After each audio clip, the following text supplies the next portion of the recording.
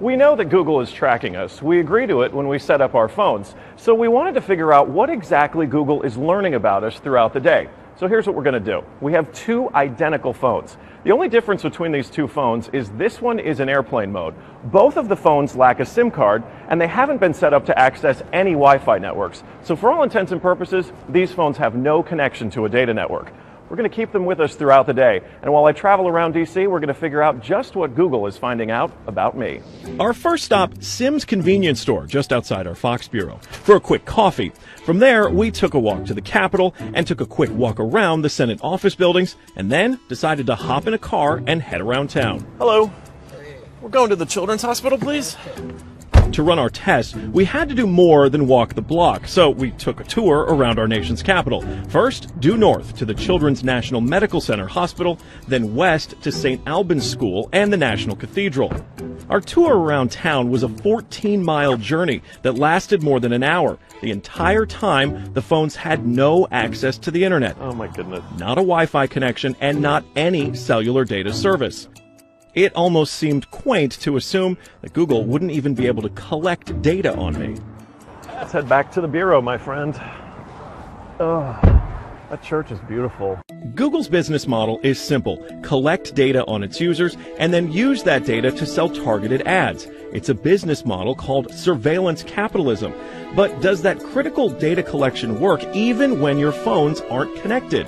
So we're back here at our Fox Bureau in DC, and we've got both of our phones exactly how we left with them. The only difference, really, I snapped a couple of bad selfies at the National Cathedral. But otherwise, they have stayed in my pocket for the entire day. So let's find out what they know. This is our man-in-the-middle device. It's basically a Wi-Fi network that these phones are going to connect to once we turn their Wi-Fi on. It's going to pass data through it on the way to Google. But on the way, we're actually going to get a copy of the same data that Google's going to get. We'll be able to decrypt it and then find out where we've been throughout the day.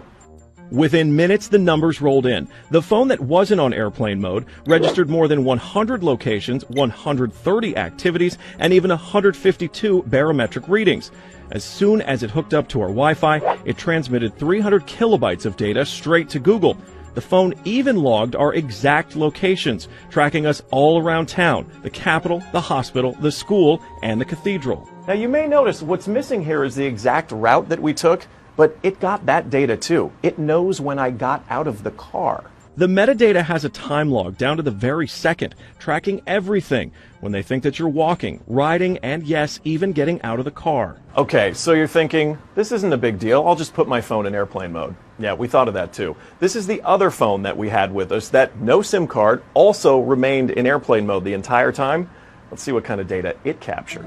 The phone with airplane mode activated actually logged more locations and activities than the other phone, and it also transferred hundreds of kilobytes of data to Google as soon as it was activated. The only thing that's missing from this map is our stop at the Children's Hospital, but it still knows we were there. There it is. Exiting vehicle, 100% accuracy.